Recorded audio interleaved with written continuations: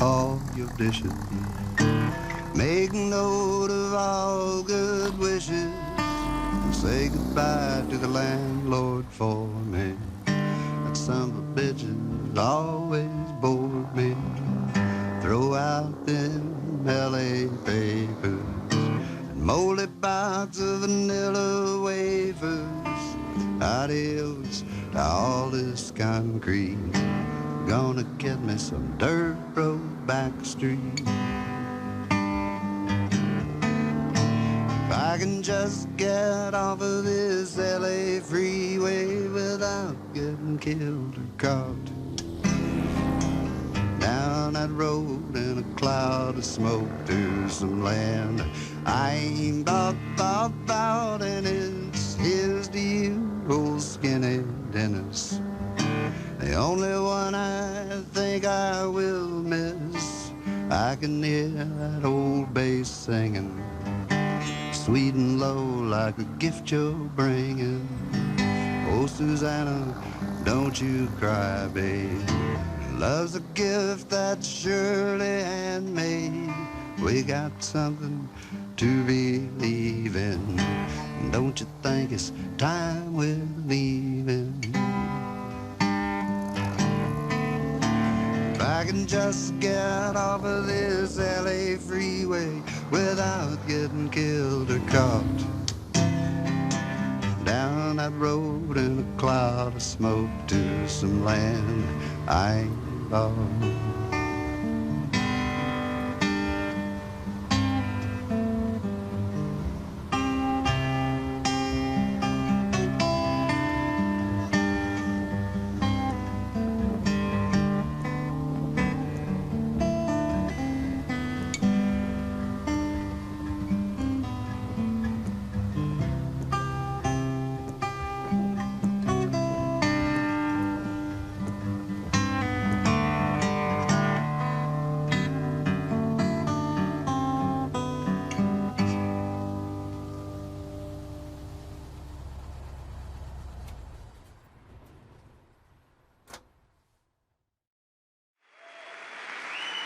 I'm proud to present the ASCAP Lifetime Achievement Award to Guy Clark for his outstanding accomplishments as a songwriter, recording artist, and musical mentor in the field of country music.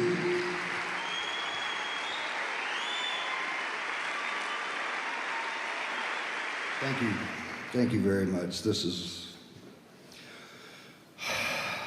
breathtaking. Susanna, my wife Susanna and I moved here 27 years ago. I figure another 10 or 15, I'll probably break even.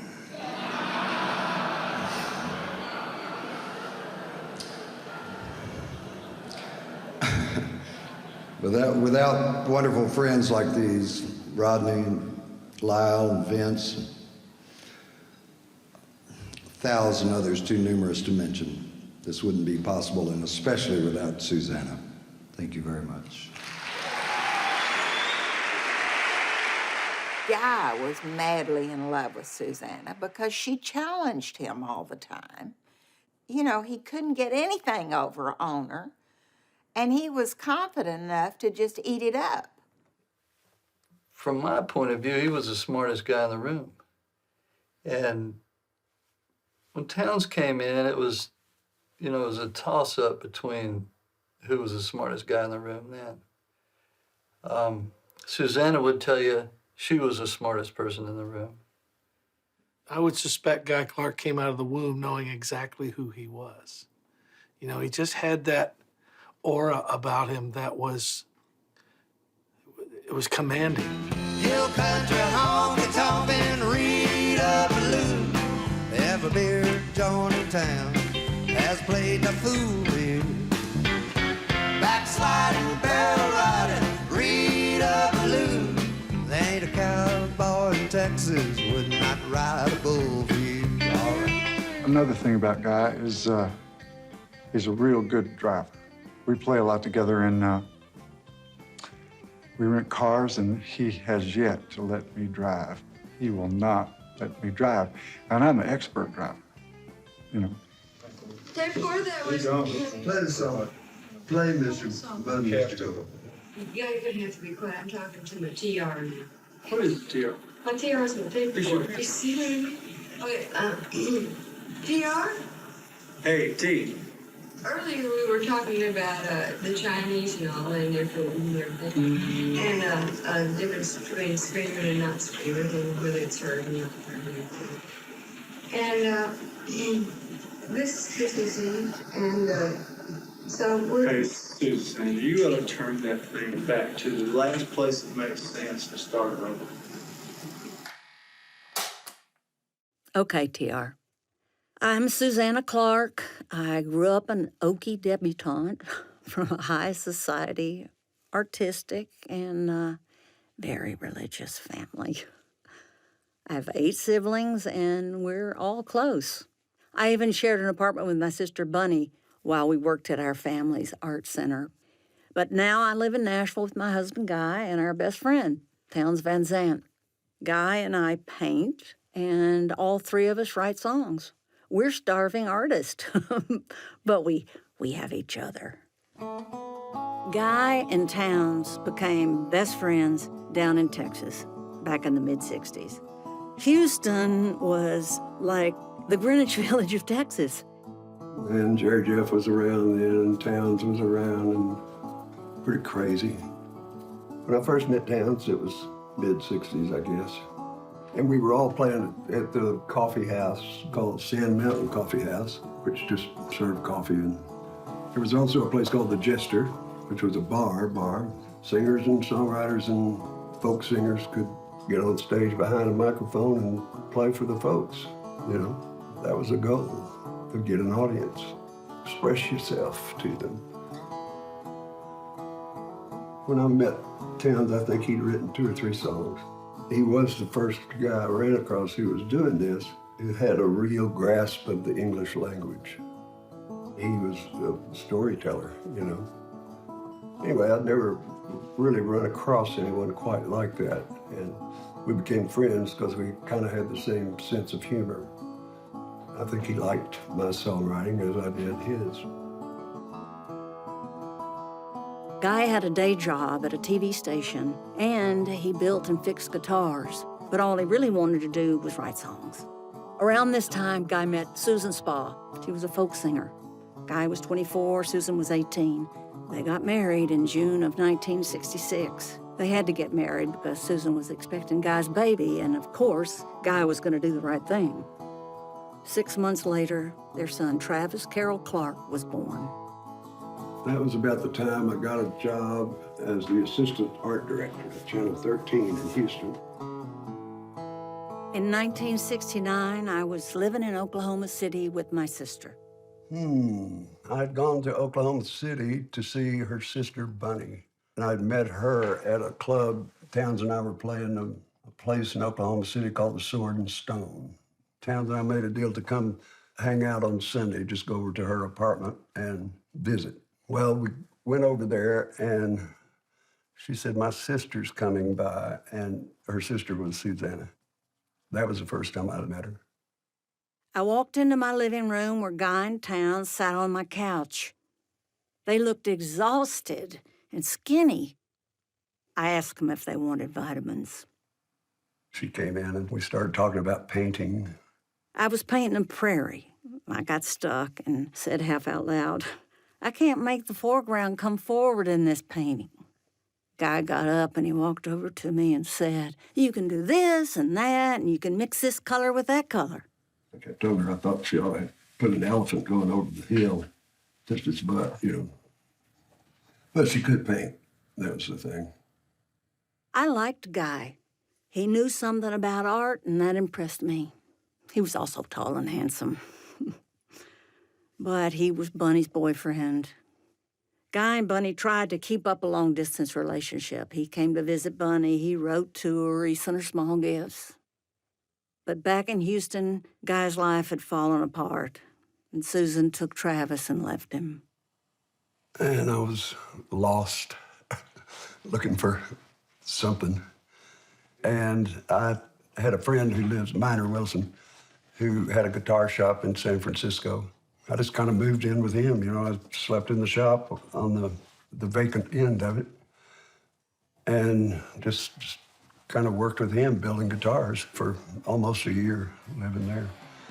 At that time in '69, you know, there was a lot of drugs and a lot of Hell's Angels. And I mean, it was too much for a country boy like me, you know. I kind of needed to go back to take care of my wife and child. But anyway, I was trying to be responsible and go back to Houston. Bunny had problems of her own. She was pregnant and miserable and terrified to break the news to her mother. So when Guy asked Bunny to join him on the road trip back to Texas, she jumped at the chance to get away. What we decided to do was to get a drive-away car, and we drove across the southwestern United States in that car.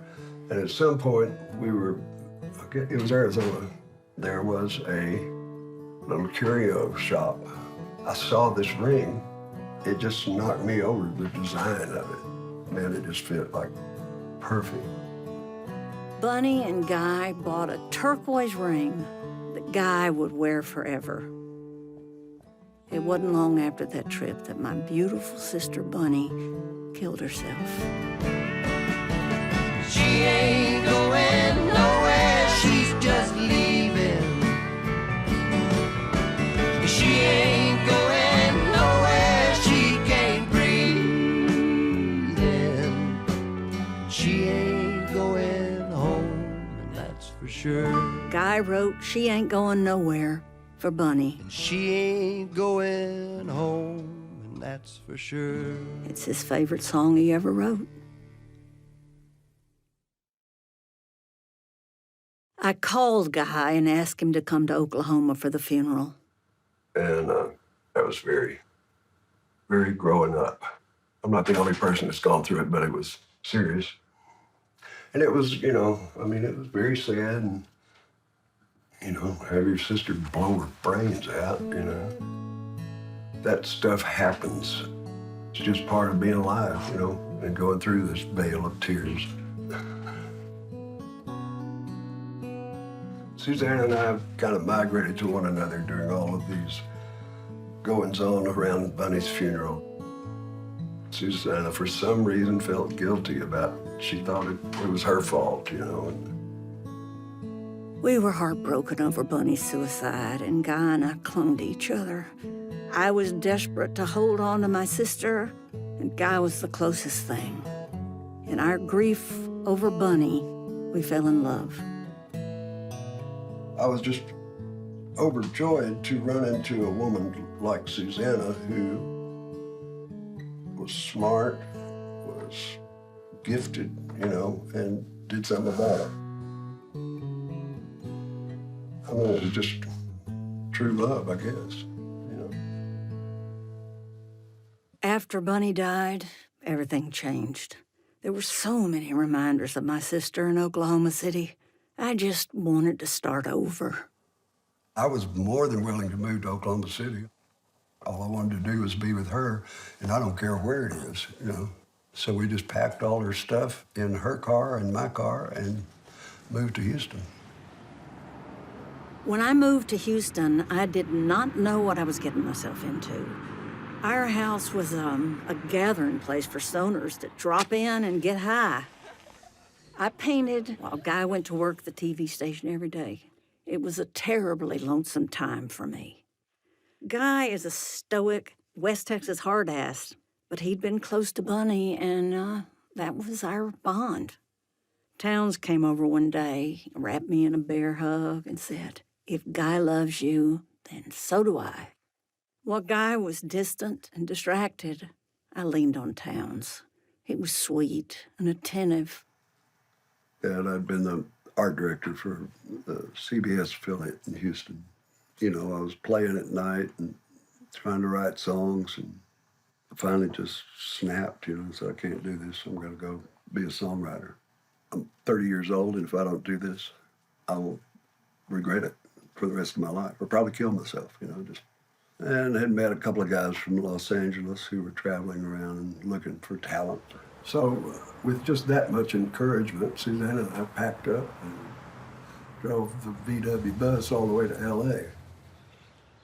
We found a little guest house to rent in Long Beach.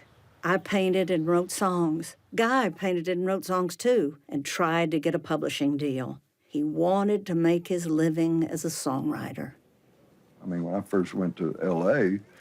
to try to get in the music business, I had no tapes. I would go to people's office and play my guitar for them, you know? And they were just like, wow, that's different. After Townes followed us to Los Angeles to record an album, his girlfriend was murdered while hitchhiking around L.A. Townes was grief-stricken, and it reminded me of Bunny. We sat together on the beach for days and consoled each other. Guy finally landed a big publishing deal with RCA in Nashville. Outlaw songwriters gravitated to Tennessee to be a part of that scene. It was the counterpart to Los Angeles in the way that a music mecca or city could be a community. Chris Christopherson, Mickey Newberry, and Willie Nelson were just killing it with their poetic songs. People started to see the impact of songs that weren't little darling songs, as they call them. There was a little more thoughtful kind of songwriting going on. And I think seeing those kinds of things happen is inspiring to people that aren't trying to put on a rhinestone outfit and have a career as a singer of country songs. Townes followed us to Nashville. We dragged a used mattress from a grocery store dumpster for him to sleep on. Guy and I got married, and Townes was our best man. He was with us on our wedding night and lived with us for the next 8 months. I think we might have gotten a pint of vodka or something, just because we didn't want to get too drunk. Guy and I were married. Guy and Townes were best friends. But Townes and I were soulmates. Guy and Townes got the flu. They were such babies, so I took care of them. While they slept, I started painting the bouncing apple, but I ran out of white paint. Townes got some money from his publisher and bought paint for me. We didn't have money for food, but Townes wanted me to have paint. It's the most important I've ever felt. And that was one of the reasons that they were such good friends, you know. He knew what was most important to Susanna. Townes and I lived in a mystical world, one that Guy doesn't understand. He gets mad at us when we talk over his head. Yeah, one day in East Nashville, in the first little house we moved to, something had pissed me off about the way Townes and Susanna were denigrating my intelligence. And I was offended. So I proceeded to just quietly go get a hammer and some nails. I don't know, I just nailed myself in that front room. So he nailed himself in the room, and he nailed the window shut, too. So he died. Guy may have had a hissy fit, but he wrote Let Him Roll while he was in that room. Just to let him roll. Lord, let him roll. Guy and I, one time, we were living together in Nashville, and our house was infested by mice. We got this system down where a guy would get a broom, and I'd hide around the corner where the paper sat. The guy would chase the mice down the hall, and as soon as he hit the corner, he'd get up and lift the broom into the sack, right? And we had a sack full of, like, what, 8 mice. And we went down to a local pool room in Nashville, turned them loose on the pool table, and they'll, like, slip through the pockets, right? And then some guys come up and started this game of 8-ball. And every time somebody would sink a ball in one of the pockets, you know, Susanna, Guy's wife, would start, oh, no, no. She would, like, imagine all the little mice running down the tube, you know, with an 8-ball right behind them. And we finally had to leave. We had to take Susanna home. Yep. We know how to have a good time, don't we? All right.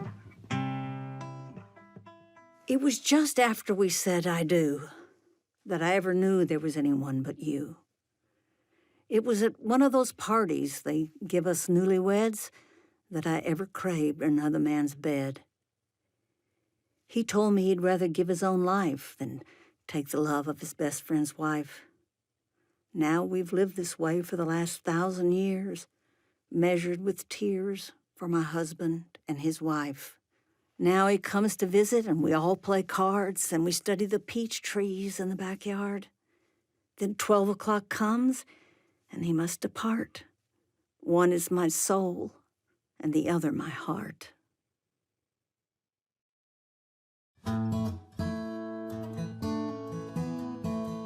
We were thrilled when Jerry Jeff Walker came through town and picked up a couple of guys' songs. I go to New York and I said, I'm going to do the song on finishing this project. I'm going to do Old Time Feeling. But you guys ought to listen to Guy Clark. He's really writing some good stuff. I said he wrote this other song called LA Freeway, and I played just that chorus. And they go, do that one. And I said, okay, I'll do them both. So I wound up doing Old Time Feeling and LA Freeway, and of course, the hit had the chorus, it had everything else. Jerry Jeff put Guy on the map. LA Freeway was a hit, and Guy's career took off. Susanna and I were living in Los Angeles when I was working at the Dobro factory. I was playing in a little string band at night. And about 4:30 in the morning, we're driving back to LA after the gig, falling asleep in the back of this old Cadillac. And I sat up and I looked around to see where we were. And I said, if I could just get off of this LA freeway without getting killed or caught. And started to go back to sleep. And I went, write that down. And I got Susanna's eyebrow pencil and a burger sack and wrote, if I can just get off this LA freeway without getting killed or caught, put it in my pocket and went back to sleep. And I carried that in my billfold, in my wallet, for 2 years until we moved to Nashville. My only tip about writing or songwriting is if you have an idea, if you have a flash, write it down. Because if you don't, 5 minutes, you'll forget it. Lukenbach, Texas is a sacred place for Guy. He loves to go to Lukenbach. One night, Guy described every detail of Lukenbach to our songwriter friend, Chips Moman. And I was telling Bobby and Chips what a cool place Lukenbach, Texas was, because I was getting ready to go there. We were going, and y'all ought to just come with me. Come on, let's go. Okay, man, I'm with you. Chips didn't come to Lukenbach with us. In fact, Chips never went to Lukenbach. But that didn't stop him from writing a song about it. Let's go to Lukenbach, Texas, William Whalen and Boy. Because it was such a well-rendered story. This successful life we're living's got us feuding like the Hatfields and the Coys. Lukenbach, Texas might be the song that defined that whole outlaw movement. That's one of those that everybody knows. You sing along. It's part of our DNA. Out in Lukenbach, Texas, there ain't nobody feeling. It was like I heard it and just went, oh, no, man, come on. I'm not offended by the fact that they did that. I don't think I am. Actually, Guy never got over it. It was a missed opportunity. That song made millions. Songwriters with lofty ideals knew where to find Guy. He didn't care about mainstream music. His only desire was to write songs as great literature. Our house was a hippie poet salon. So that was just a movable feast, to quote Hemingway. But Guy was really the center of it. I've always said he was the curator of what was good. So the salon existed because we had no other way to figure out our audience was ourselves. That is where Guy's creativity was at its best and at his finest. And he had a jeweler's eye in that moment, and was a profound influence on me. So we were just playing songs trying to impress each other because we had no other audience except ourselves. It makes for a jaded, tough audience. And I think sometimes it accelerated, you know, how good we got. All right, good. Guy wasn't in the business of harvesting stardom. He was in the business of harvesting art and harvesting poetry. And Listen to that song. he could identify what was true and real and good and, you know, really insightful, incisive, true songs. Most everybody that I knew wanted to be around that. All right. I certainly did, because I wanted to learn about that. We weren't trying to impress Guy as much as we were trying to impress Susanna. And the reason we felt that way is because Guy was trying to impress Susanna. You know, Guy was the sun, and it's just all, you know, there were a lot of planets spinning around there, and you know, maybe Susanna was the sun sometimes, and Guy was the moon, and then Guy was the sun, and Susanna was the moon, and the rest of these artists would orbit around that. They were both artists. They both carried themselves as artists. You know, we learned to write songs from Guy and Townes, but we learned how to carry ourselves as artists from Susanna. She drank a lot. I mean, she drank heavy, you know. She was two-fisted, you know. She said, well, I'll show, you know, I'm hanging with Guy and Townes. I can drink as much as they do. You know, I can do as much blow as they do, you know. And I can be more lucid than they are. And she was fun. And she was painting. And she was a poet. And she just, you know, had like a magic wand in a way that tap you on the shoulders a couple of times with my magic wand, and you too will have the magic, and you too will be an artist, and you too will understand that art is the process. It's not the end result. She was a great painter, but she wouldn't clean a brush. She'd let it dry and throw it away. You know, $100 brush, and I'm going, come on. She wouldn't wash a pan. She'd go buy a new $50 copper-clad frying pan, use it once, burn it, and throw it away. It's about the food, the nourishment. It's not about washing dishes. And that was it. You know, it's just like you can't argue with that, you know? She was as no BS as Guy was. You know, they were the perfect pair, you know, and they're the kind of couple that you dream about being, in that it's not one or the other, it's always both. Guy didn't care about hit songs, he cared about great songs. And those great songs landed him a record deal. I had a stack of songs to draw from, and RCA was going to put out the record, and they brought some producer down from New York. I mean, he was a nice enough guy, but he was prissy and in charge. Two things I really don't get along with. Well, it was all brand new for me. I'd never played with a drummer before I came to Nashville. You know, being in a recording studio was exciting. You know, to actually go in a studio and have a full band. And I always thought it sounded like shit, but it was exciting, you know. But I finally just said, man, stop this right now. If you put this record out, I'll change my fucking name and do something else. Guy was miserable making records the Nashville way. Guy was a folk singer. He cared about acoustic guitars and meaningful lyrics. We just kind of scrambled around, Rodney and some friends, and kind of scabbed some demos that I had been doing and fixed them up, and just did it almost for nothing because we'd already spent all the money, you know, on the first album. When Guy sang Desperados Waiting for a Train for Townes, Townes said, "Gone commercial, huh?" Guy could go in and sing a song in front of an audience and he wouldn't give a flying fuck. But if he sang it in front of Townes, Guy would be crazy until Townes gave the lordly okay. Townes was the yardstick.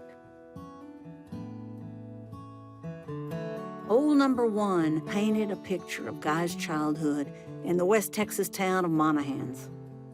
I mean, West Texas is really austere, and it's really beautiful. I really love the desert. I mean, it's like stunningly beautiful at certain times, and it's also very harsh, cold, hot. But I think it shapes your character in a way that no other place in the world does. I mean, I saw stuff growing up that, you know, I wouldn't trade for anything. I've seen oil wells blow out, you know, like gushers. I could never forget the smell, you know, of just raw, crude oil coming out of the ground or way over the derrick, you know, stuff like that.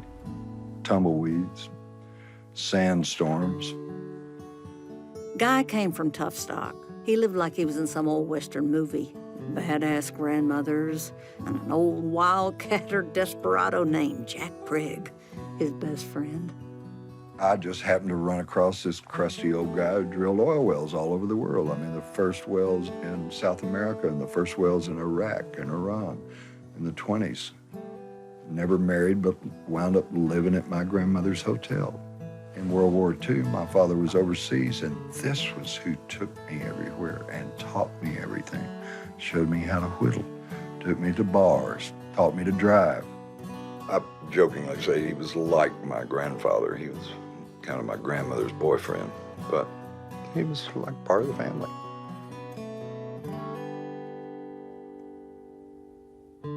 Both my grandmothers were just like tough as nails. My father's mother had her leg amputated on the kitchen table when she was 12 years old and wound up running this hotel in Monahans, Texas. And her husband was a drug addict and pharmacist is what they call himself. But, you know, and left when my father was 7, I think, never came back. She was just a little gray-haired church-going lady, and she bootlegged whiskey out of the back of her hotel. And the other one came from Kentucky in a covered wagon to the Indian Territory when she was 12 years old. And then I think they moved to San Antonio and dealt horses out of the back of a wagon. And she wound up back in Oklahoma and was a federal judge, you know, sent guys to the pen. Just like, wow. There is something romantic about Texas, you know, and all of its glory and all of its debauchery. And Guy was the literary genius of it. His songs were literature.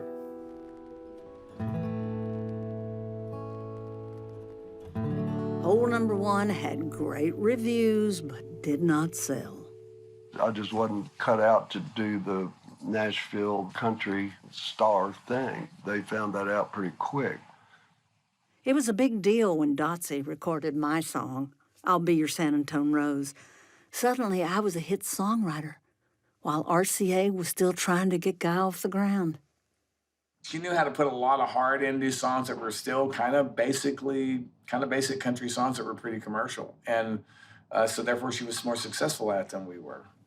She just watched Townes and I go through all of this angst and artistic whatever that, you know, we were trying to write songs and make a difference. And she could just sit down and write anything off the top of her head and have a hit #1 song. You know, she said, now, is that what y'all were trying to do? You know, we're just like, oh, fuck. You know. She considered herself a painter who dabbled in songwriting. She had a guitar, but she never learned to tune it.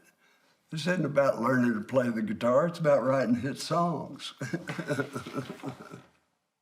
While Guy scrambled to make Old Number One into something, Townes went back and forth between Nashville and Austin.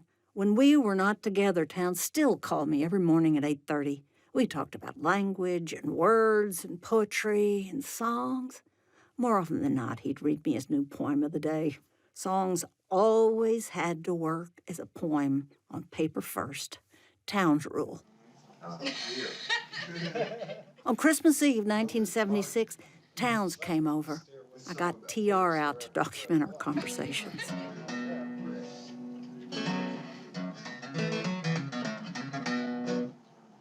You got a style to play. That's why I always wanted you to play on my records. That's style, flat pick slap.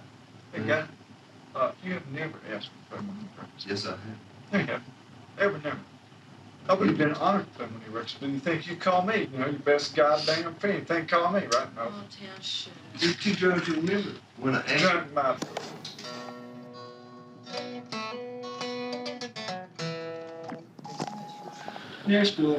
Nashville took Super Giant Hops to give it to John. They went for like Hank Snow, Johnny Cash to Williams Institute. And I had a terrible feeling I'm just going to be jumped over for goddamn Lawrence Beltway, you know what I mean? That's bullshit. Okay, we're going to turn this off now for a while while Mr. Van Zandt gets his breath. His name is right now Mr. Mudd. And in a moment, it will be Mr. Gold. Hold on. Hey, guy, maybe you give me some little coaching sessions to tell me what to do. Okay. I mean, real practical stuff, not theoretical stuff. Practical shit. Real practical. Real practical. Phone numbers to look up Serious. stuff. I'll tell you honestly, that you're talking about doing serious business. Well, I'm talking about mostly getting my see. songs recognized and getting success to a point where I'll write more songs and, you know, be a songwriter and be nice and cool, have enough money to goddamn eat and get a car. You know what I mean? I want to tell you that, I'll try to say this in a way that's not weird, in a really serious If you can say keep on doing what you're doing in a way that's not weird, you got my vote. exactly the opposite of that. Should I just dress normal right now? No, man, I ain't talking about dressing, talking, singing, doing. Hey, Yeah. man, you insulted two of the cats that would have flipped out to do something with you all night. One of which was Michael Brodsky and the other is Brian Hearn, man, who like produces Emmy right and everything. That night you argued with him all night? I don't remember. Sure you don't, but he does. Those two guys, you were running a number on them because you were drunk and crazy, right? Even that was the night you stood on your head, you know, like you were flipped out crazy. Yeah, those people get drunk every so often. All right, I'm here, but those guys, they were flipped out and they were trying to communicate to you that they really cared about what you were doing and that, like, it was really important not to do it half-assed. Get you next year, TR, Christmas Eve. Well, I'm 41, I have blue eyes, and I like fried chicken. RCA had high hopes for Guy's next record, Texas Cookin'. You know, I wrote it after I moved to Nashville because I couldn't get any real food. You know, you can't buy barbecue here. All they barbecue is pork, you know. A few Texas radio stations got on board with the single, but RCA wanted a national hit on country radio, and it was not happening. It's a hard thing to do, you know. I mean, where do you put a record like that? I mean, is that country or is that pop? You know, they don't really have a record bin to put that stuff in, and they don't really know what to do with it. Oh, my boy, ain't that Texas cooking something? Why didn't Guy Clark become a big star? You know, quote unquote. Well, I can tell you a story that to me illustrates it in a way. Guy had Old Number One out and was getting booked on Austin City Limits. So he said, come on, go down, let's go do Austin City Limits. Come sing harmony with me and play guitar. Tonight, it's Texas Cookin' with Guy Clark. The night before the shoot, which, you know, if somebody were thinking about stardom and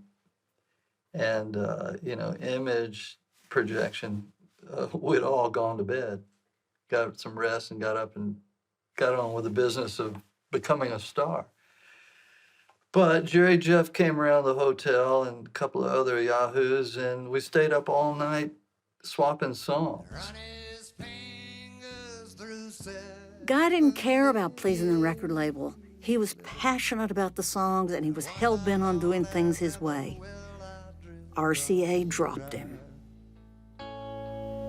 His friends, me and his old man was like desperados waiting for a dream. Was like desperados waiting for a dream.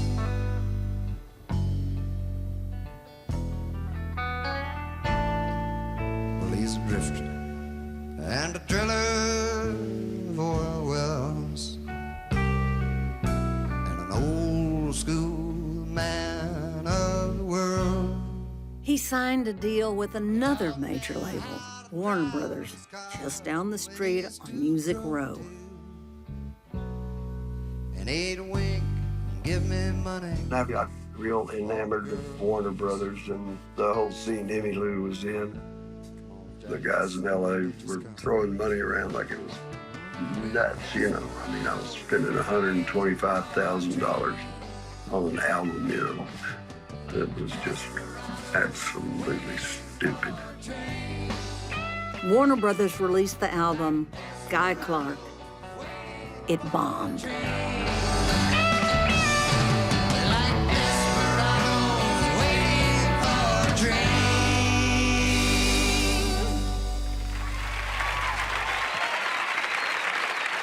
I had a great year. Jerry Jeff Walker recorded my songs. Willie and Emmy used my paintings for album covers. Emmylou released Quarter Moon in a 10-Cent Town. That title came from a line in Easy From Now On, which is the song I wrote with Carlene Carter. It's gonna be easy from now on. Guy seemed resentful at my success. Emmy and Rodney were getting a lot of attention with their records. Guy wanted some of that. When the new wave post-punk rock thing hit, and I thought, oh boy, we got to get some edge. So I sought out Craig Leon, and we made But What Will the Neighbors Think? Rodney's a drummer. He loves drums. He loves the sound of drums. He plays drums.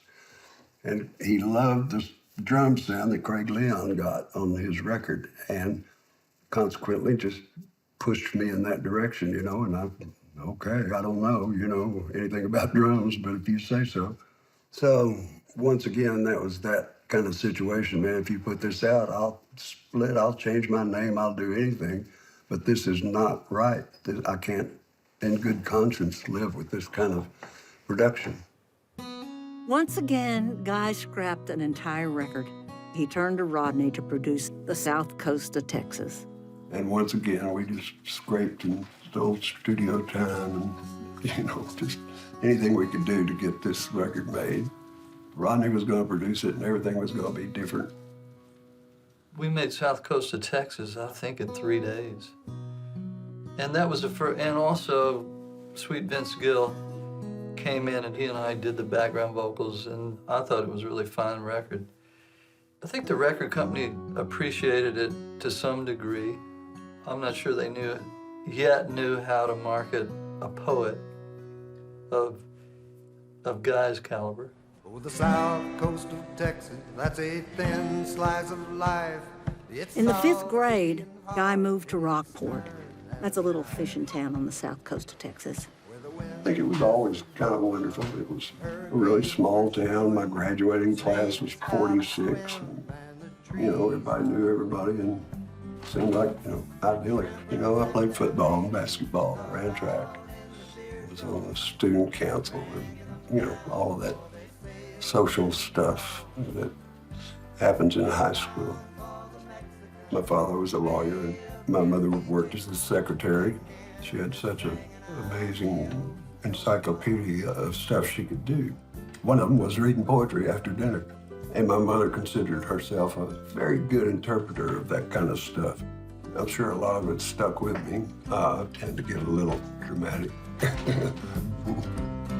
In the cars of my youth, how I tore through those sand dunes and cut up my tires on them oyster shell roads. But nothing is forever, say the old men in the shipyards, turning trees into shrimp boats. Hell, I guess they ought to know. When I was in high school working in a shipyard, they're building big 80-foot wooden shrimp boats. That fascinated me. I mean, if you look at the lines of a wooden boat, you know, the way it just curves around, that is just such an art. I remember telling my parents one time that I wanted to be a carpenter in the shipyard. I decided what I was going to do. Yeah, that was very cool.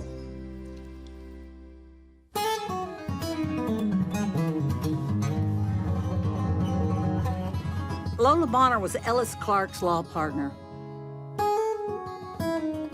She taught Guy to play guitar. She played guitar, and she was South Texas born and bred, and all she knew was Mexican songs. And the first time I saw her was out at Hondo Crouch's sister's place on the beach.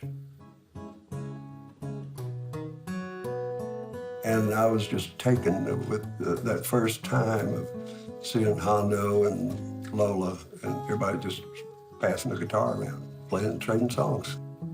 I was hooked from that day on. The South Coast of Texas came out, and not long after that, Guy's father died. He had a bad heart, and he smoked and drank all his life, you know.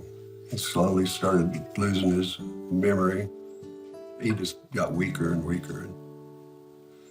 We knew he was dying, and I was driving from Nashville to Rockport, and I got to Beeville, I think.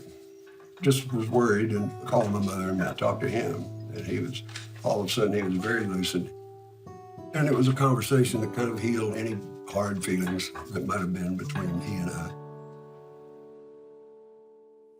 We were back in Nashville, and I started writing this poem. I didn't think of it as a song. I mean, I couldn't make it a song. I couldn't twist it into a song. On his next album, Guy recorded Randall Knife to honor his father. That was one of the few arguments Rod and I ever got into about music was he was producing the record, and we had a full band in the studio. I mean, you know, A players. And we did the Randall Knife, and I told Rodney right there, and I said, man, this is not a song you play with drums. We can't do this. And Rodney said, well, I want it to sound like the rest of the record. That was not my finest hour as a producer, I don't think. And I think it may have been a turning point for Guy in that kind of the methodology of recording tracks with musicians and then having, you know, the lead artist come back and dub in their vocals. That's not how you want to record Guy Clark, because he's an actor and a narrator and his performer. If anything positive came out, besides there being a record in the world with those songs on it, is that I think he decided what he wanted to do from then on. My father died when I was 40. I couldn't find a way to cry. Not because I didn't love him, not because he didn't try. I'd cried for every lesser thing, for whiskey, pain, and beauty. But he deserved a better tear, and I was not quite ready. So we took his ashes out to sea, poured them off the stern, and then threw the roses in the wake of everything we'd learned. And when we got back to the house, they asked me what I wanted. Not the law books, not the watch. I need the thing he's haunted. Oh, my hand burned for the Randall Knife there in the bottom drawer. And I found a tear for my father's life and all that it stood for.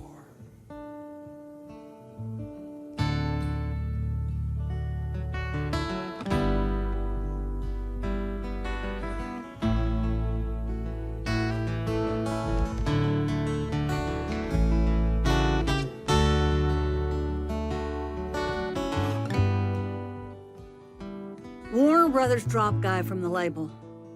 Guy was okay with the decision. He'd recorded 5 albums with 2 major labels, and he hadn't been happy with any of them. Guy was finished chasing hits, he was finished playing with the band, and he was finished with the music business. He had no idea what he was going to do next, but he knew it was time to do things his way. Yeah, I wanted it to be good. I knew the songs were good, and I knew I could play them because I wrote them. But I hadn't just stood up there with just me and my guitar in a long, long time. I quit and started over. For once, I was right, I guess. You know, I figured out That's what I wanted to do. And all you got to do is just do it. Nobody says you can't. So here I am, a folk singer.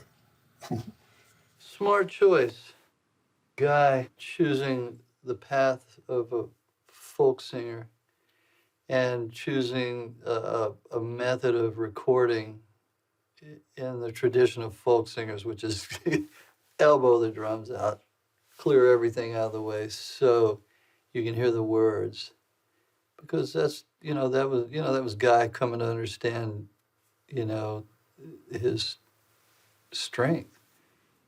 He knew what he wanted to be. He knew how he wanted to sound. Every word mattered in every song, and so that's clarity, at its best. Never did write hit songs for country music radio. And I never was a country singer. I'm still not a country singer. I just write songs and play them. I'm Guy Clark.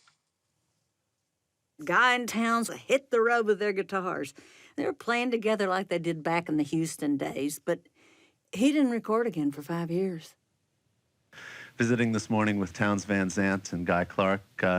You have any record in the works also of your own besides other people? I'm kind of in the process of trying to write some songs for one.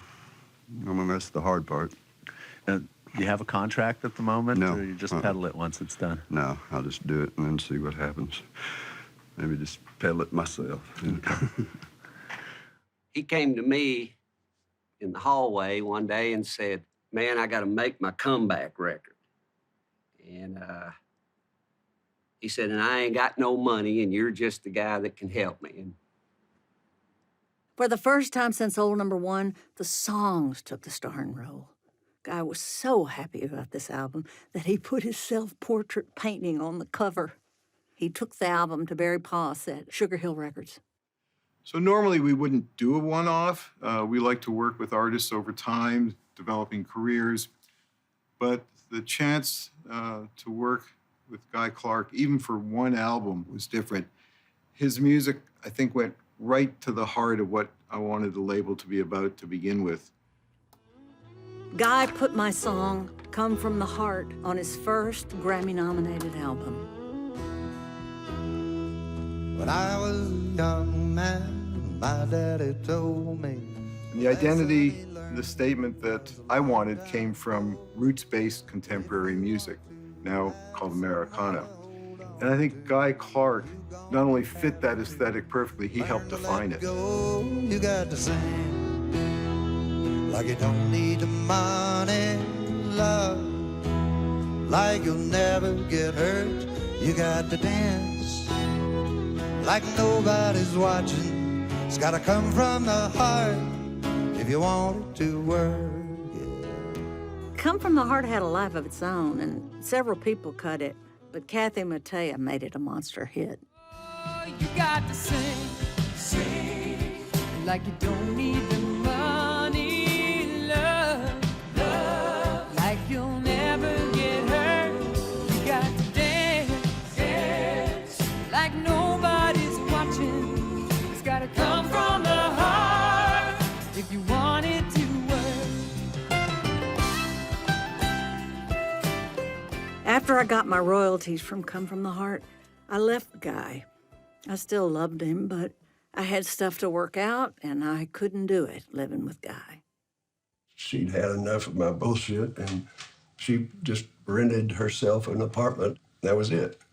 I wouldn't have thought that she had her shit together enough to do that. And I think she was proving a point that she didn't have to depend on me for everything. She was reclaiming a part of herself that she'd lost in a marriage. But Susanna, during that time period, she was more healthy than I recall her ever being. And she was going to therapy and doing a lot of, self-affirming things. And was a delight to be around. And said, I'm done with marriage. I gave Guy a comfortable place to be so he could be an artist. I poured love into him. I spoiled him to the point where he thought he could get away with anything. I attended to what he needed, and I did that until I realized that it wasn't being returned. Rodney had a relationship with Susanna that was separate from his relationship with Guy, so did I. And Townes certainly did. The relationship between Townes and Susanna was something that nobody really talked about it because it was a little too intimate to be in the same room with sometimes, it seemed. And probably brought up questions nobody really wanted to know the answer to because it sort of blew their whole idea about the whole rest of it, you know, Guy and Susanna, and, you know, as an entity. Townes and his wife split up, and he spent a lot of time at my place. Townes served me breakfast in bed, always with flowers. Sometimes he'd tell those terrible jokes of his. Sometimes he'd cry, and sometimes I'd cry for him. After supper, we'd drink wine and watch reruns on Nick at Night. It was a sweet and loving time. Rodney and his wife, Roseanne, broke up too. And then Rodney and I got close.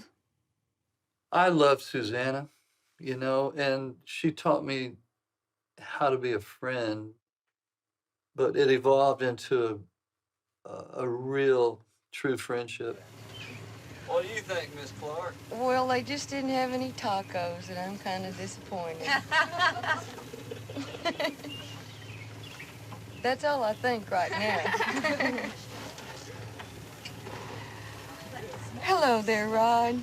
Hi. How are you? I'm fine. Ain't nobody talking to you today. No, I don't know why either. I guess it's my snorkel. I'm so proud to be here at Miss Julia's and Mr. B's wedding. Me too. Yeah, are you? Yeah, you're doing a good job, Rod. Yeah. I take... Bye, Rod. So, this is just about it. Right now. Emmylou, now listen to me. Now I want to tell you something. Don't slit your throat or break your fingers when you hear me sing and play, because there's room for all of us in this world. I know. Now just listen closely and you might learn something, okay? I mean, you don't have to start digging ditches or nothing like that. There's room for all of us. Okay. Portion of the Susanna Clark Hour is brought to you by Tequila Cuervo 1800, product of Mexico. Gibson guitars and Carlton cigarettes. Yeah. This is the Grand Ole Uproar.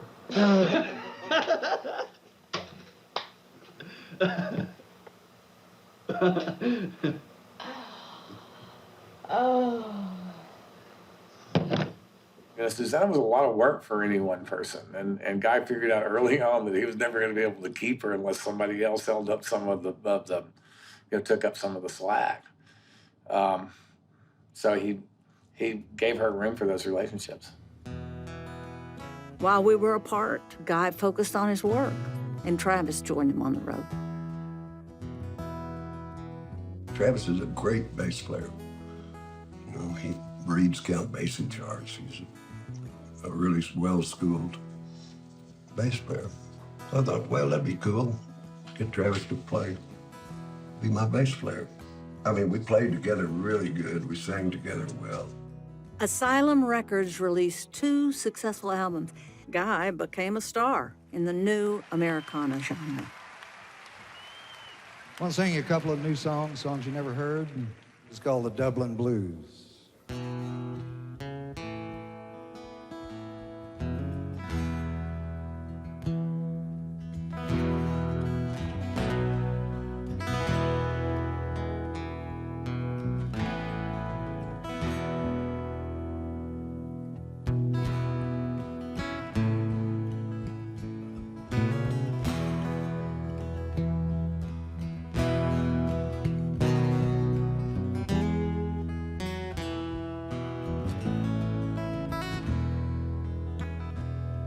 Well, I wished I was in Austin,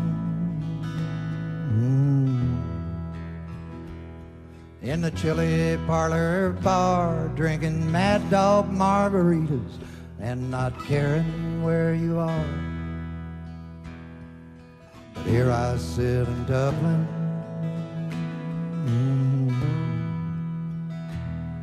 just rolling cigarettes, holding back and choking back the shakes with every breath. So forgive me all my anger, forgive me all my faults. There's no need to forgive me for thinking what I thought. I loved you from the get-go, and I'll love you till I die. I loved you on the Spanish Steps the day you said goodbye.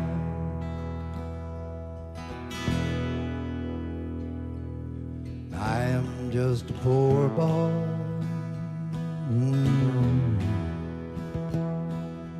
Work's my middle name. If money was the reason, well, I would not be the same. This was a time when Americana music was thriving, and there was an independent business to support all that up and down the chain. I mean, there were labels to record the music, there were stores to sell it, there were booking agents and managers to place the artists in clubs, and there were festivals to perform at. All of this making independent careers for people like Guy very possible. In the spring of '95, Dublin Blues shot to the top of the Americana chart. It was Guy's first #1 album. He was the coolest songwriter in town. The label threw a party to celebrate, and all of Music Row showed up to honor Guy. I still loved Guy, and he loved me. We'd been apart for 6 years, but once we got back together, we promised to stay together forever. After all those years of struggle, our dreams had come true. I got a woman I love, she's crazy and paints like God. We were together and on top of the world. Got a playground sense of justice, she won't take odds. I got a tattoo with her name right through my soul. I think everything she touches turns to gold. Stuff that works, stuff that holds up, the kind of stuff you don't hang on the wall. Stuff that's real, stuff you feel, the kind of stuff you reach for when you fall.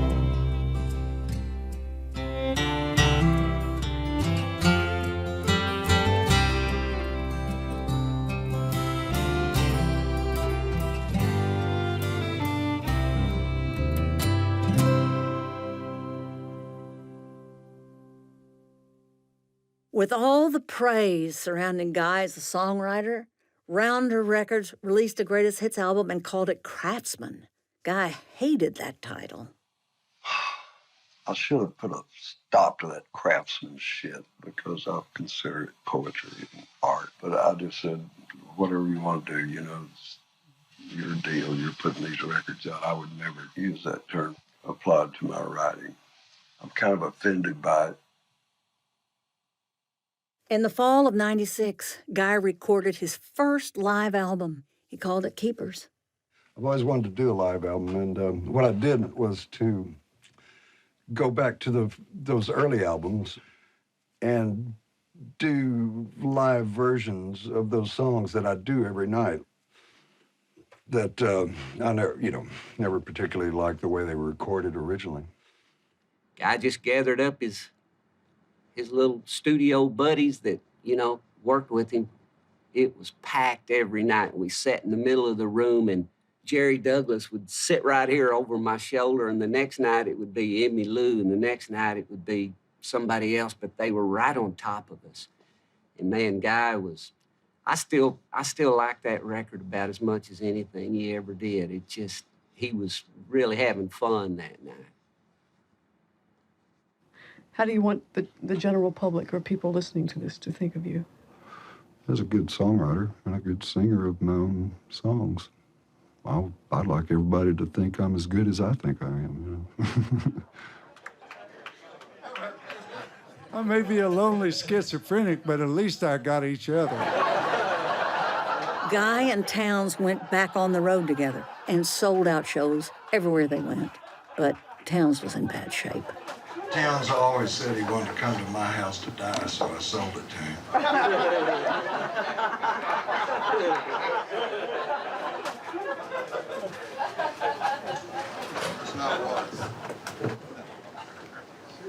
I break into old ships, stop me.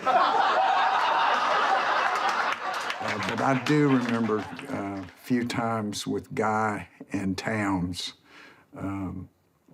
Once in Santa Fe, particularly, they were playing there. Susanna wasn't there. Hey, Guy, give me one too. Townes was so drunk that Joe Harvey and I kind of walked him down these stairs and back up the stairs and whatever. But Townes did a horrible set. He maybe got through a couple of songs and told endless stories, but barely could stay on his stool. Then Guy played a really kind of pristine set, really beautiful set.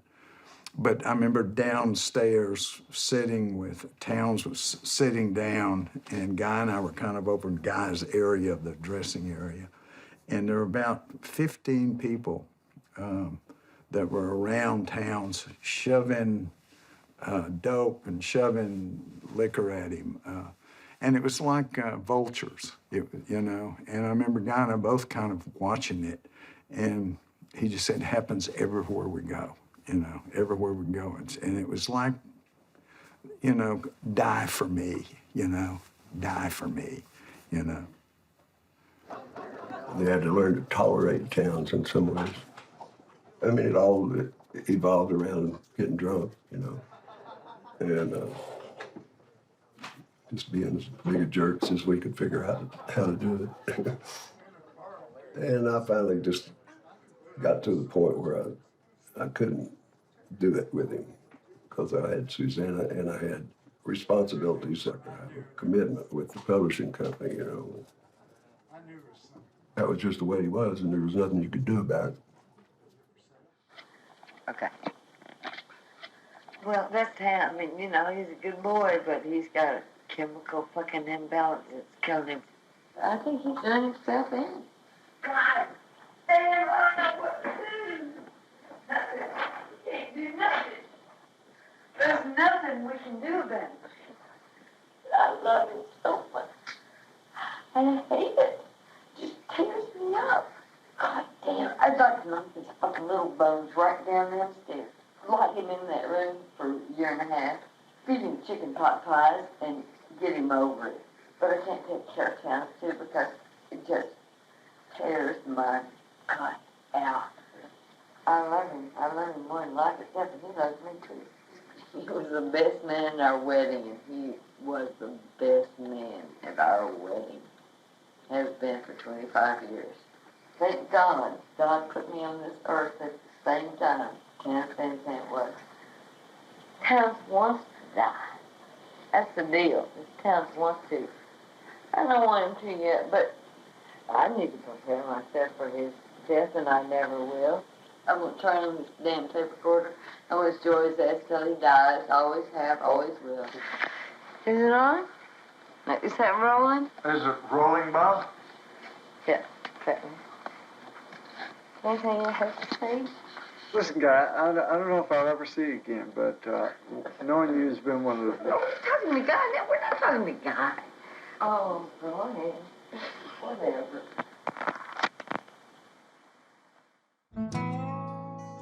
This morning, 8:30 came and went. The phone didn't ring. Townes Van Zandt died on January 1st, 1997.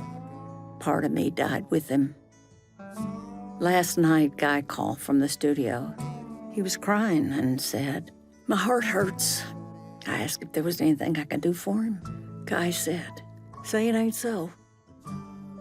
Townes' words were always gentle and loving, but like in his songs, mighty words they were. He's looking for a home, but he's scared to find some lady beside him, and he's drunk on white wine. Some lady beside him, and he's drunk on white wine. I had the honor and the privilege of having this noble, wild soul in my life. He called me his best friend and sister. I called him my best friend and brother. When Townes died, Susanna called me So I went over and we sat at the table. And guy had a bottle of Johnny Walker Red, I think, a quart. And he was hurting. You know, he was drinking whiskey and you know, when the pain is so deep, it's that moan, it's that timeless moan, pain, you know, and Susanna was, you know, that conversation was, you know, it's over. You know, she was just saying it's over. And Guy was just trying to deal with the pain. So Susanna surrendered something that night. Oh, it really destroyed her. And it did me too, to a certain extent, but she was very grievous at times of death.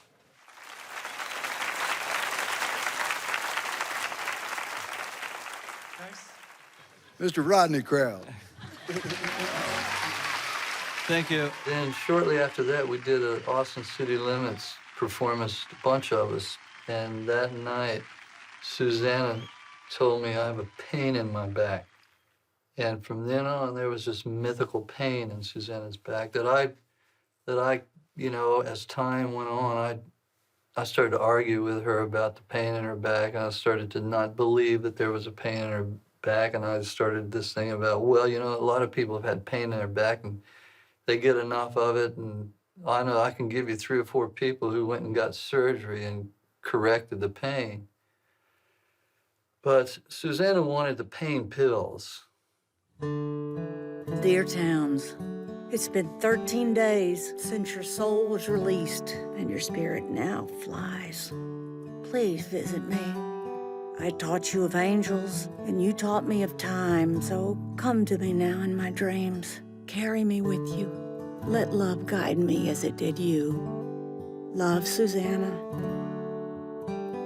That back pain set in and she went to bed and didn't get up. I mean, it was tough. It was just hard to see her dissolve into that kind of existence, you know, because it was not productive. It was not, I don't know, it was sad, very sad. You know, I tried everything, but I was no match for what she had decided she wanted to do, which is she wanted to die slowly, and she did. The guy paid a high price for that, and I was angry at her.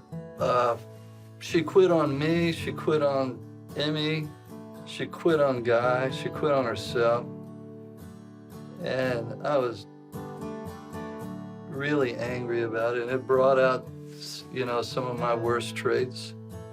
Then, you know, there would be times when I'd think, well, I gotta go and sit next to her and breathe her cigarette smoke and tell her I love her, because I do. And it's like, yeah, well, I wasn't getting anything back. I continued to spiral down as Guy's star kept rising. Keepers was nominated for a Grammy. Guy recorded 2 more albums for Sugar Hill. ASCAP gave him a Lifetime Achievement Award for songwriting. NSAI put him in the Songwriter Hall of Fame, and then the Americana Music Association gave him another Lifetime Achievement Award. Oh, thank you very much. Thank you so much. If I could write, if I knew how to write the next Garth Brooks hit, I would do it in a second, man. I mean, really, wouldn't you? But the whole thing is, which I've come to realize, I can't do it, man. But if I could, I would. You know, I'm just cursed with artistic integrity. I have been to Fort Worth. And I have been to Spain. And I have been too proud to come in out of the rain. And I have seen the David.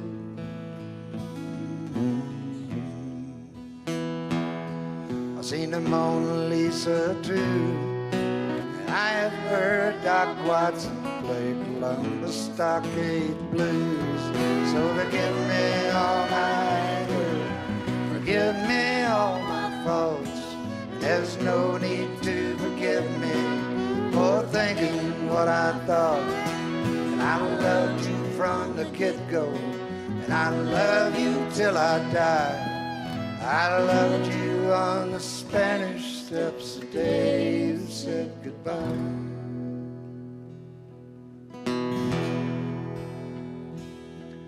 Well, I wished I was in Austin.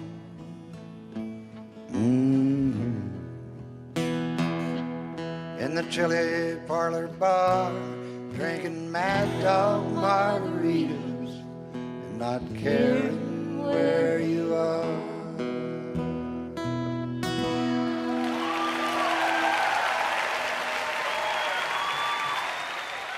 In 2006, Guy was diagnosed with lymphoma. He started chemotherapy, lost his hair, and was worried about making money. But we hung in there, and he continued to work. Guy signed with Dual Tone Records and recorded workbench songs. 3 years later, he released Some Days the Song Writes You. Both albums were nominated for Grammys.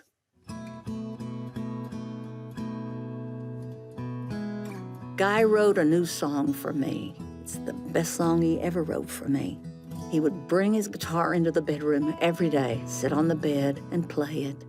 Yeah. I always had this little Polaroid that was always my favorite picture of Susanna, and it was just, we were in front of John Lomax's house over on 21st. It was cold, wet, and we'd been in there, and Townes and I were just drunk and being assholes. And, she finally had enough, and she just got up and left, put on her coat and walked outside. I mean, like I said, she didn't take a bad picture, but that one somehow captured the essence of her. That is Susanna. She had this look on her face. I've seen a million times, but that day she had had enough.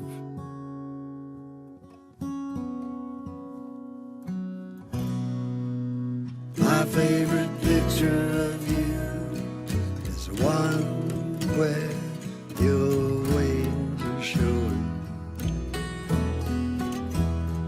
When your arms are crossed, your fists are clenched, not gone but gone. Oh, stand up, angel, we won't back down. Nobody's fool, nobody's clown. You're smarter than them. My favorite picture of you is the one where it hasn't rained yet. Oh, as I recall, there came a winter squall and we got soaking wet. 1,000 words in the blink of an eye. The camera loves you, and so do I. Click. My favorite picture of you is the one where you're staring straight into the lens.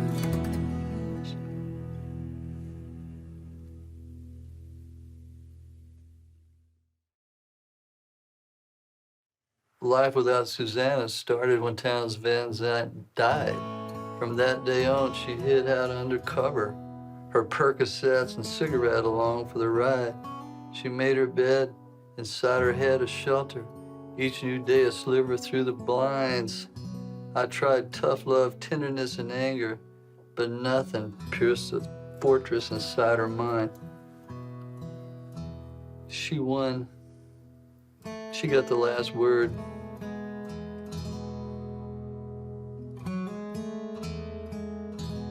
And I miss her sense of humor and her intelligence.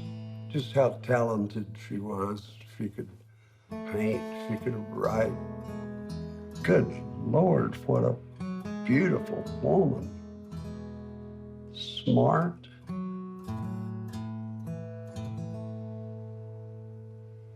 But she wouldn't clean her fucking brushes.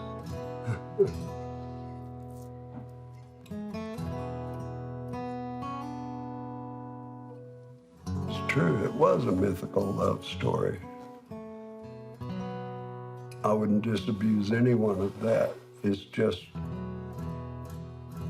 you had to be there to, to get it, you know.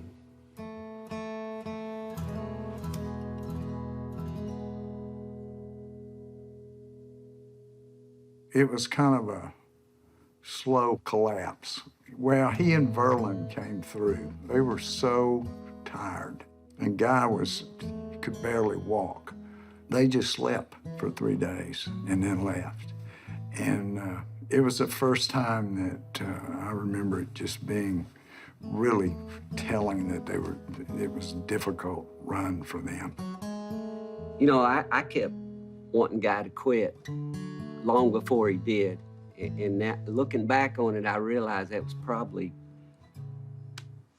stupid of me because, you know, when a man quits, he's done. And so Guy was staying out there as long as he could possibly stay out there. And he was having a real hard time playing and pretty hard time singing, too. They finally sent us on a 12-day run. It was all across Texas. We started in Abilene, Fort Worth, Dallas, San Antonio. We wound up in Beaumont. And I knew, and I believe that he knew too, that it couldn't go on. We got in the car the next morning and drove back to Nashville. You know, pretty quiet ride, nothing much said. Got back to the house, he picked up the phone right then and there, and he called our booking agent, and he said, "Keith, don't book me nothing else. I'm done." Click. And Guy just leaned back, and he started rolling a cigarette, and he goes, "Let's recap." And I said, "What do you mean?" We just started talking about from day one, all the stuff we did, and the places we'd gone, and so I walked out of there feeling okay about it, you know.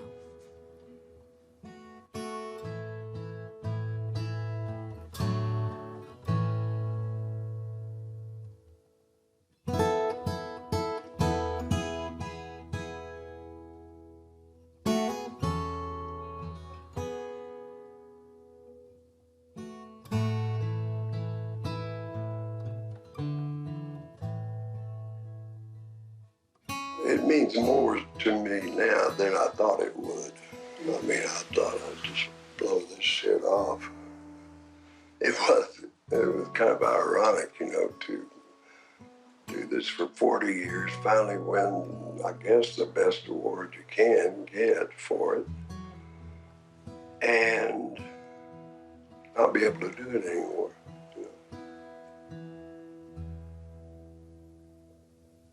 He was working on this song about crows. I remember he had a line I loved that was, they were so black you could only see them at night, you know. He was really, I think, talking about his own vulnerability at that particular time. I called Rodney, and Rodney said, "Well, if you're coming, you better come now, you know, now." I'd been over there, I guess, a couple of days, pretty much all day long, and people were coming by, and people gathered around his bed and sang songs. It was a beautiful thing. Everything had sort of wound down, and people had gone home, and I felt like this might be it, you know. I decided to stay there, too, all night. I just was going to sit in the recliner and just hang out, and it felt right. that I was there, and it was a blessing. Glad I was. He finally just kind of took a big old deep breath, and I knew he was gone.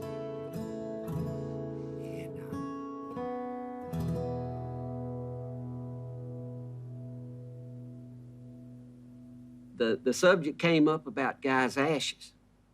And I had heard about this, but I didn't know if it was for real, that there had been some sort of pact between Guy and our dear old buddy, Terry Allen. He said, I want Terry to put me into one of his sculptures. And I thought maybe that was a joke, but earlier that morning, I had talked to Terry on the phone after Guy passed, and he said, no, it ain't a joke, man, it's for real. You know, I never took that totally serious. My response ultimately was, okay, I'm gonna cast a goat. I'm gonna do a bronze goat, and I'm gonna take your ashes, and I'm gonna shove it up its ass. And Guy looked at me and went, perfect. Yeah. And then we got a call just almost instantly that everybody was going to come out to our house.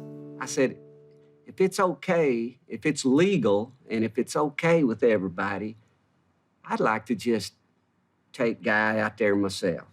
I said, I'll put him in the car, and it'll be our final road trip. The next thing you know, there's 8 or 10 of us on a tour bus, and those of us that couldn't ride the bus met us there. Everybody just stopped their lives and headed for Santa Fe.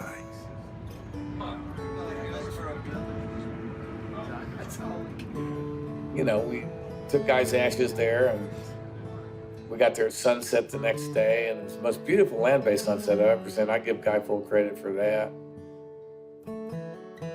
We set up a little makeshift altar in our living room and put the ashes there with a candle. People just ended up going into the living room and just standing, looking at Guy. And nobody said a word for a long time. And then, just one at a time, everyone started telling some wonderful story about their experiences with Guy. Steve Earle, he went and got his guitar and said, let's all do a song that Guy would want us to sing. People took turns singing songs. It was just one of those nights, you know, and then everybody left and went back, you know, back into their lives. And there I was standing with, you know, the soon-to-be goat.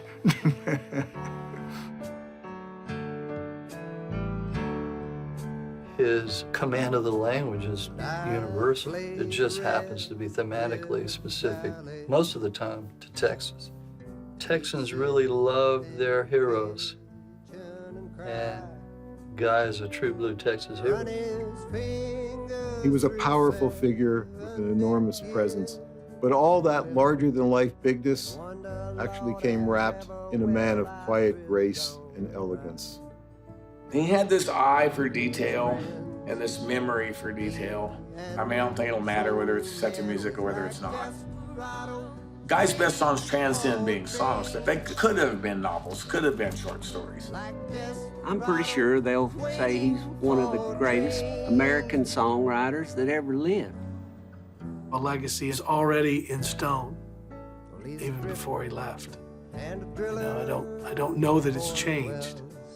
To me, it was every bit as much of a legacy in the mid-'70s as it was 40 plus years later.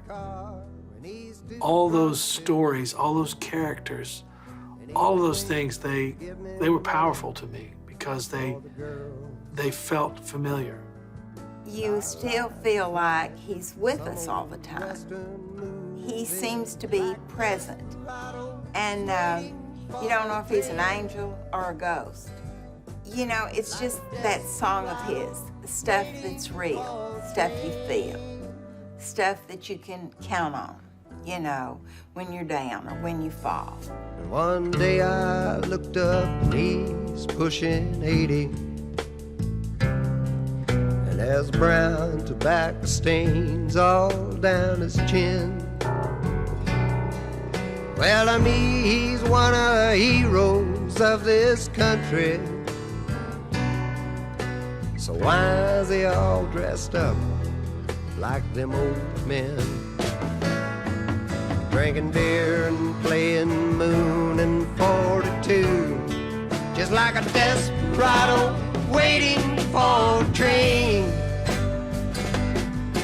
Like desperados waiting for a train.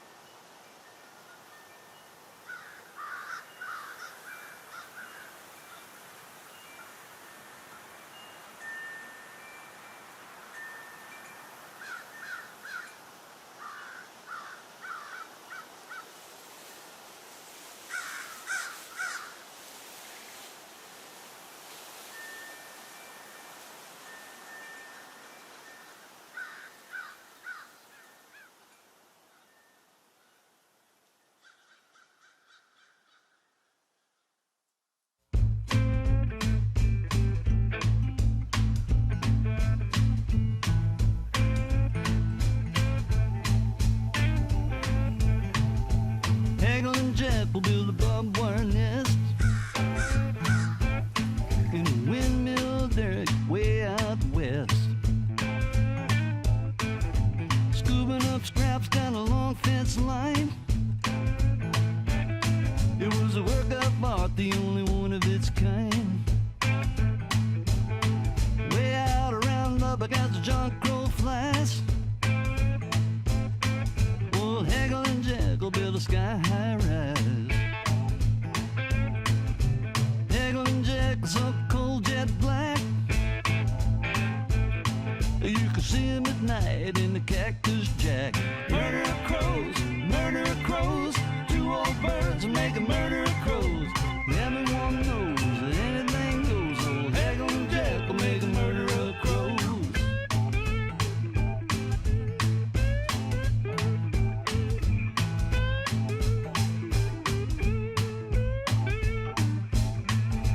Catching baby rattlesnakes 2 by 2. We're gonna make a little part of that rattlesnake stew. Little baby rattlesnakes better watch out. Old Hegel and Jekyll steady out and about. Murder of crows, two old birds who make a murder of crows. Everyone knows that anything goes. Old Hegel and Jekyll make a murder of crows.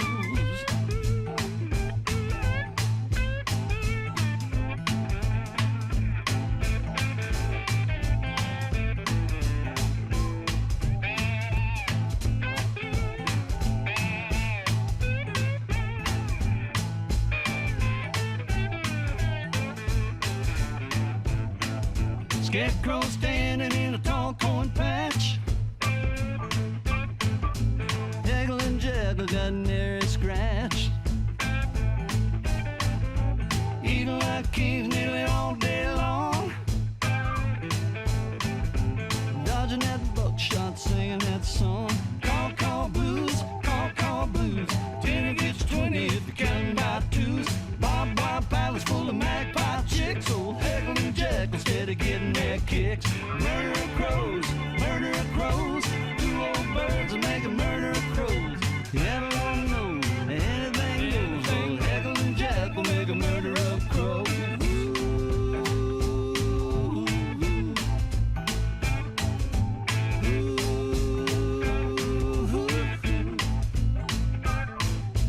Danny's in the kitchen in his everyday shoes,